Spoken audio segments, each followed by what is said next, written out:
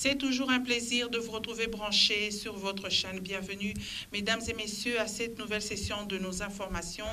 À la une de cette édition du journal, Félix-Antoine Tshisekedi Tshilombo, président de la République démocratique du Congo, va s'adresser à la nation samedi 10 décembre 2022. Une adresse aux Congolais dans un contexte particulier où l'Est du pays est frappé par la guerre lui imposée par son voisin le Rwanda sous couvert du M23.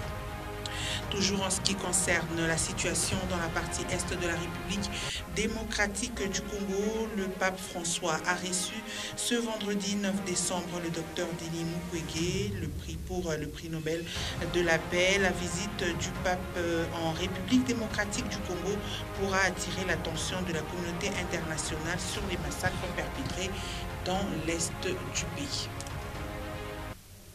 Une fois de plus, bienvenue à cette édition du journal. Je le disais tantôt au sommaire, le président Tshisekedi va s'adresser demain samedi à la nation congolaise. Ça sera devant les deux chambres du Parlement réunies en congrès. L'annonce a été faite dans un communiqué signé par le rapporteur de l'Assemblée nationale. Le chef de l'État prendra la parole dans un contexte où la RDC est caractérisée par les conflits armés. C'est notamment l'agression de sa partie est par le M23, soutenu par le Rwanda voisin, les élections prochaines au pays avec la publication il y a peu du calendrier par la Commission électorale nationale indépendante et la crise humanitaire due aux multiples déplacements des populations. Voilà entre autres les points sur lesquels le chef de l'État pourra s'exprimer.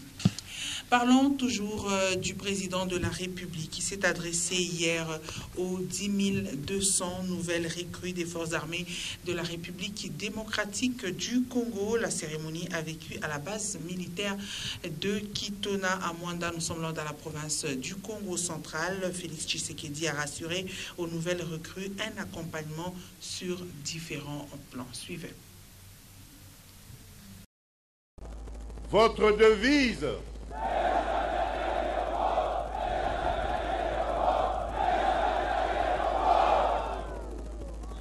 na bandi te devise wana ezali non seulement na mitu na bino mais ezali pe na mitema na bino. Na ye lelo kotala bino bamapinga na biso ya kala na pe ba oyo bakoti sika o babengi na lopoto ba recrue pona kotonda bino botondi ya maimanso bozali kosala pona ekolo na biso Congo pe na ekoyebisa bino ke mosala o bozali kosala ezali mosala ya motuya mingi. Esengeli biso bakonzi ya mboka tozala na attention makasi na maemanso matali mosala na bino pe mabota na bino po ete soki mabota na bino ezali malamu te mosala na bino ekoki kokende liboso te. Na kosala bino bapromese mingi te, na préféré na bandaka kolakisa bino na ba acte bokomona bino moko ndenge mapinga na biso ekozwa valeur ekozongela valeur nango ya kala pe ekobanda kobangisa banguna nyonso oyo bakozala na makanisi ya koatake mboka na biso. Retenez également que les groupes armés actifs dans la province de l'Ituri, précisément dans le territoire de Djougou et Irumu, qui avaient signé un acte d'engagement unilatéral, ont participé également au pourparlers de Nairobi, de retour à Bunia, chef-lieu de la province d'Ituri. Ils ont échangé avec le gouverneur militaire Johnny Lubuya Kashama. Ces responsables des groupes armés se disent déterminés à cesser les hostilités tout en demeurant dans les processus de paix et de développement. Des précisions avec notre correspondant à Bunia, Olivier Baïmouka. Dès leur arrivée à Bunia, ils ont été reçus par le gouverneur militaire de l'Ituri, le lieutenant-général Johnny Luboya Kashama. Abordés par la presse, ils disent être déterminés pour la cessation des hostilités tout en demeurant dans le processus de paix déjà amorcé. Cependant, ils demandent au gouvernement congolais d'accélérer le programme de paix de DRCS. Nous avons l'obligation de respecter le processus de paix déjà amorcé. La population doit vaquer librement à leurs occupations. La FPIC est déterminée pour la paix et de bien gérer sa responsabilité sans aucune provocation. C'est le bon moment de construire notre pays pour que demain nous soyons aussi heureux comme les autres vivent dans leur province. Au gouvernement vraiment d'accélérer tous les programmes, le PDDRCS, et ça sera vraiment bon. Car tout le monde a besoin de paix, rien que la paix. Le lieutenant-général Johnny Luboya Kashama, qui les a reçus, a appelé les uns et les autres au respect de l'engagement, car selon lui, l'heure a sonné pour la paix et le développement en Ituri. Et signalons qu'à Nairobi, les éléments de la Codeco ont été représentés par cette personne. Les miliciens de FPIC d'Ichini Akilima avaient envoyé 3 délégués et de l'autre côté, le FRPI était représenté par 4 de ses membres. Je le disais également au sommaire que Denis Mukwege, le prix Nobel de la paix, a été reçu ce 9 décembre par le pape François au sortir de cette audience lui accordée par le Saint-Père. Denis Mukwege a émis le vœu de voir la visite du pape en République démocratique du Congo attirer le regard des différentes communautés sur le drame que vivent les populations. Commentaire de Ben Kaimbe. C'est une rencontre qui annonce les attentes des Congolais sur la visite du pape François en République démocratique du Congo. Vendredi 9 décembre, le docteur Denis Mukwege a été reçu au Saint-Siège à Rome. Dans sa rencontre avec le numéro 1 de l'Église catholique romaine, le réparateur des femmes n'a pas manqué de présenter la situation chaotique de l'Est du pays. Denis Mukwege reste plus confiant quant aux retombées de la visite du Saint-Père. Ce que nous attendons, c'est que sa présence puisse contribuer à tout simplement une prise de conscience de l'opinion mondiale sur les drames que vivent les Congolais aujourd'hui. Pour rappel, c'est le 31 janvier 2023 que le pape François se rend en RDC. Le Saint-Père ne pourra se rendre à l'est du pays car cette étape a été supprimée. Dans un tout autre chapitre à présent, il se célèbre le 9 décembre de chaque année à l'échelle mondiale la journée de lutte contre la corruption. La lutte contre la corruption établit des nouvelles normes et constitue une avancée considérable en matière de recouvrement des avoirs illicites envoyés à l'étranger. En République démocratique du Congo, la corruption serait-elle un frein pour le développement? Daniel Faray nous en parle. La corruption, un fléau qui ronge plusieurs secteurs publics en RDC.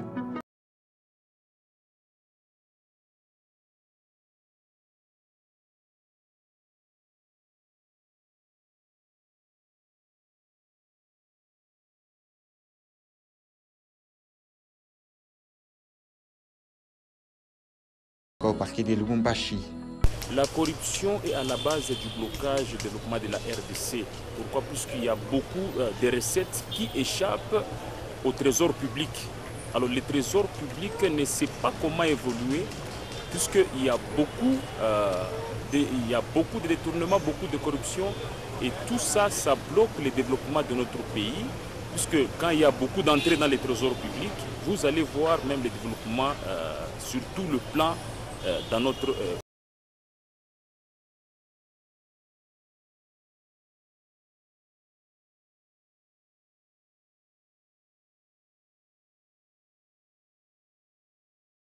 Pour les actes de corruption, nous avons de loi nationale, c'est-à-dire le code pénal est là, dans son article 149, qui prévoit la sanction d'emprisonnement, c'est-à-dire 15 ans au maximum, et puis vous allez payer les amendes. Et sur le plan international, nous avons la Convention des Nations Unies qui parle de la corruption. Et sur le plan international, les sanctions sont diplomatiques. Au niveau national, nous avons des lois et le code pénal parle de la corruption. Et lorsqu'il y a corruption, et celui qui a corrompu et celui qui a été corrompu ont toujours été sanctionnés et cela est prévu dans le code pénal congolais. Mais son succès existe.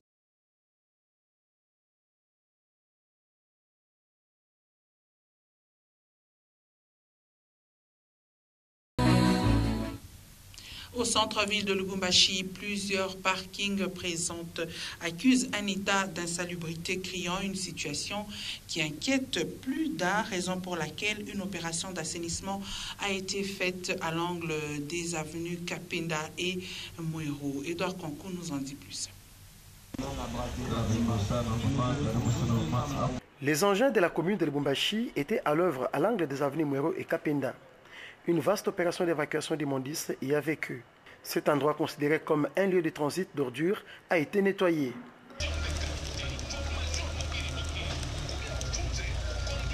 Une opération d'assainissement qui a réjoui plus d'un.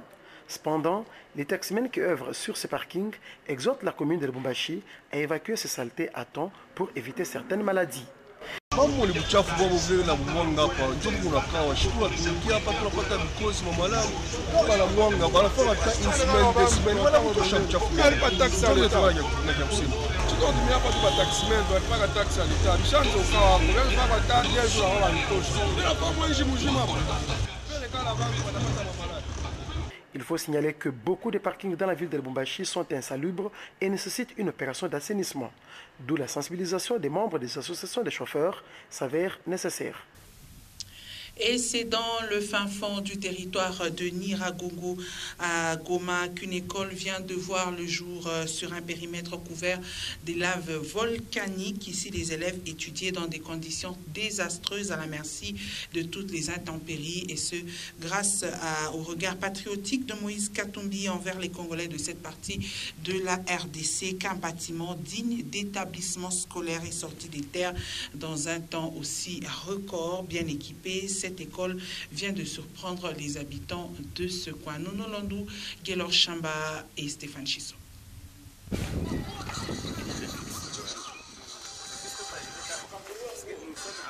C'est sur ces marquants vestiges faits des larves volcaniques, dans des conditions d'une grande précarité, que les élèves de l'école Lève-moi ont toujours étudié, à la merci du mauvais temps, à la belle étoile, tout au dehors, carrément.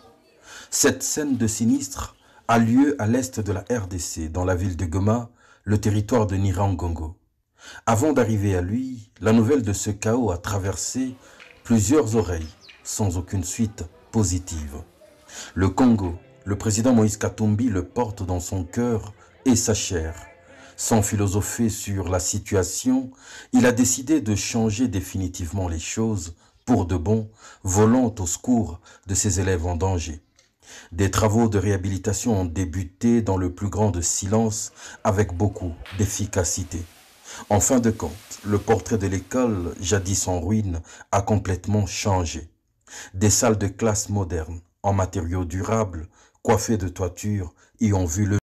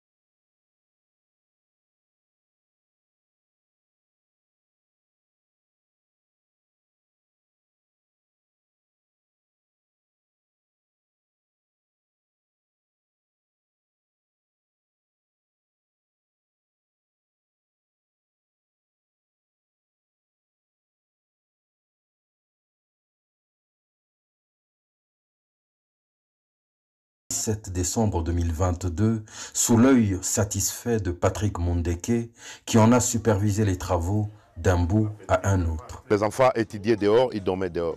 dans sa bienfaisance, dans son amour infini pour le peuple congolais, il n'a pas su supporter. Il a décidé d'améliorer les conditions des enfants. Plusieurs notabilités locales, dont le maire militaire de Goma, ont rehaussé la manifestation de leur présence. Saisir cette occasion pour exprimer ma gratitude envers Moïse Katumbi Tchaboué, ancien gouverneur du Grand Katanga, opérateur économique et politique de notre pays.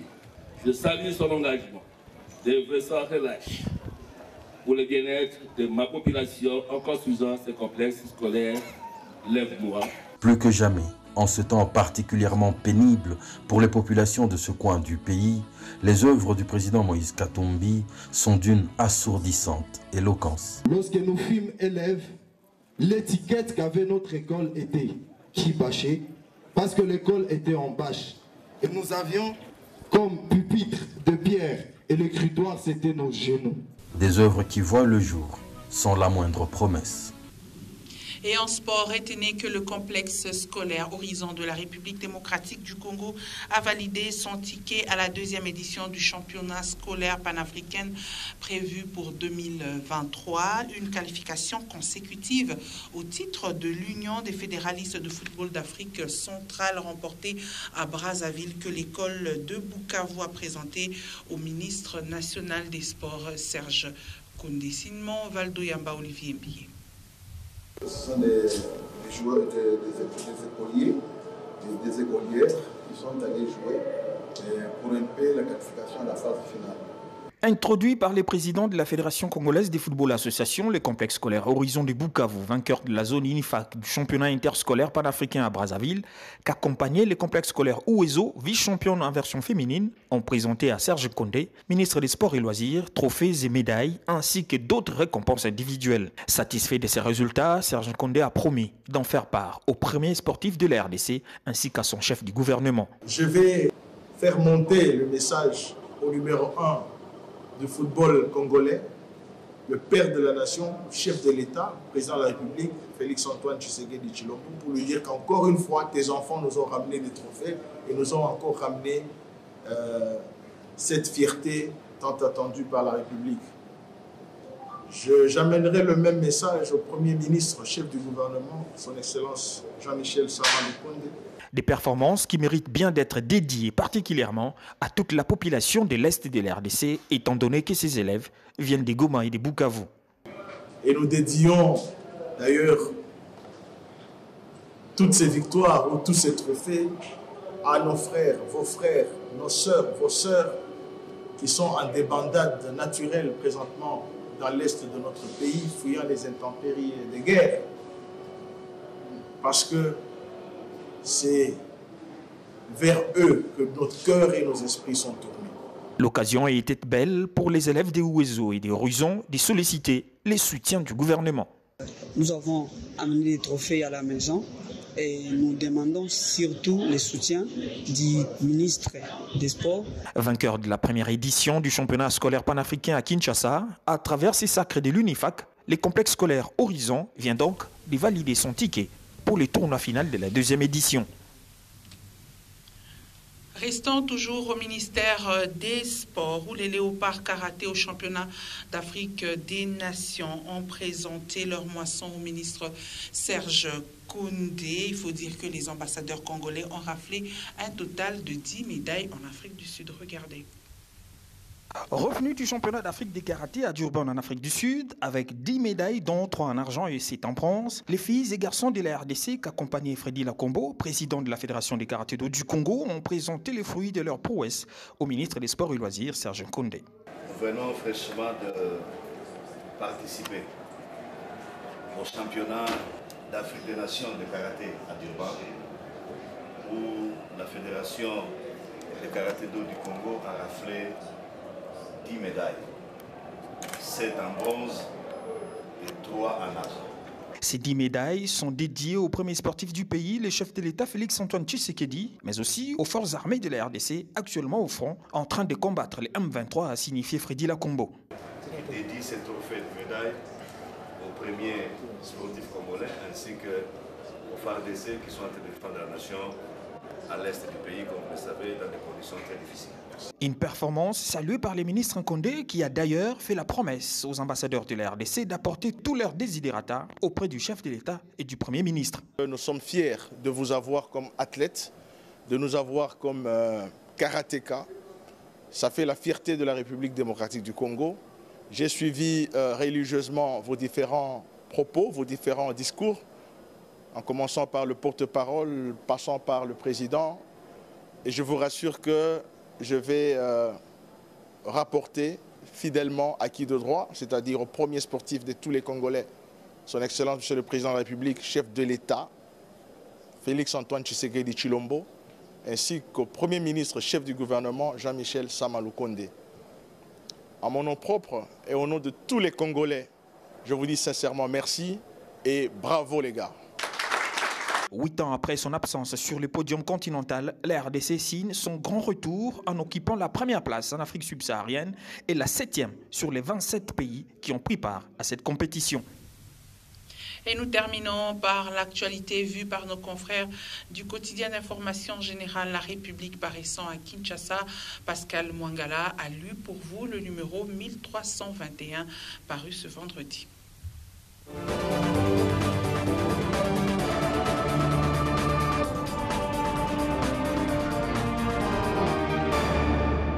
À prendre au sérieux, 2023, Joseph Kabila, candidat, s'exclame le journal La République à la une de son numéro 1321, paru à Kinshasa ce vendredi 9 décembre 2022, mais sans entrer dans les détails. Bienvenue, mesdames et messieurs, à votre lu pour vous, sur votre chaîne. Hypothèque en amont 2023, le chaos en l'air, s'exclame encore le confrère sur la page 12. Depuis la publication du calendrier électoral le 26 novembre dernier, les réactions se succèdent pour la plupart afin d'émettre le doute quant à la faisabilité du canevas apprêté par la centrale électorale. Les réactions de la classe politique, outre l'UDPS, sont éloquentes à ce sujet. D'aucuns avaient fustigé un montage irréaliste, alors que d'autres flairaient un attelage bon pour la tricherie. Aujourd'hui, le coup des massures sort du bureau de la Commission électorale nationale indépendante. C'est en effet le rapporteur de la centrale électorale qui remet en cause le canevas élaboré par ses services.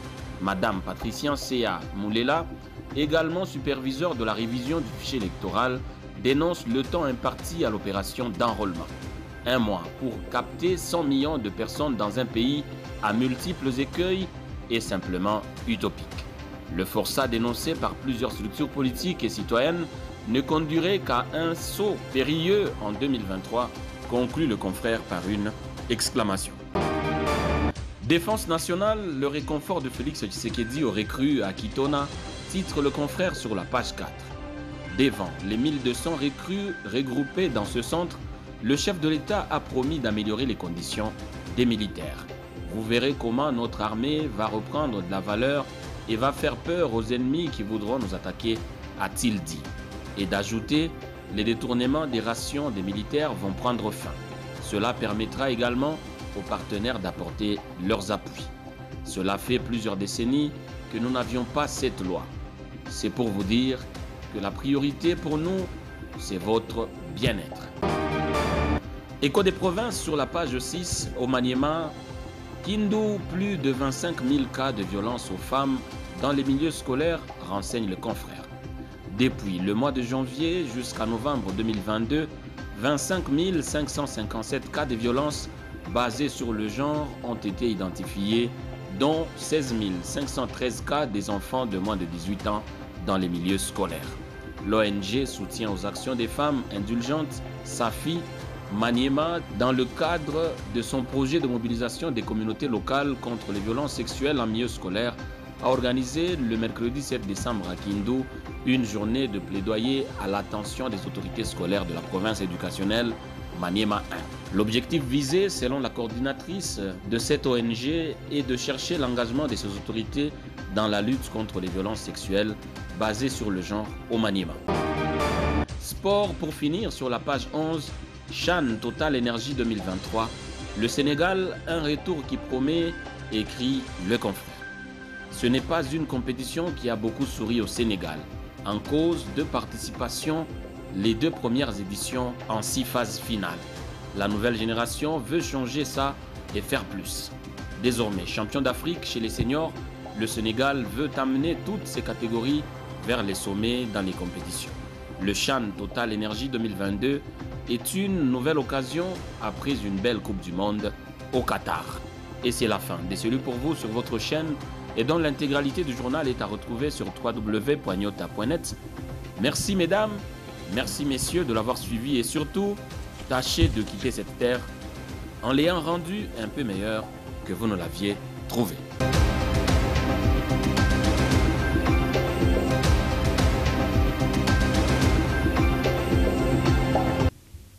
C'est également la fin de cette édition du journal. Merci, mesdames et messieurs, de nous avoir suivis. Restez en compagnie de nos programmes. Surtout, continuez à prendre soin de vous et de vos proches.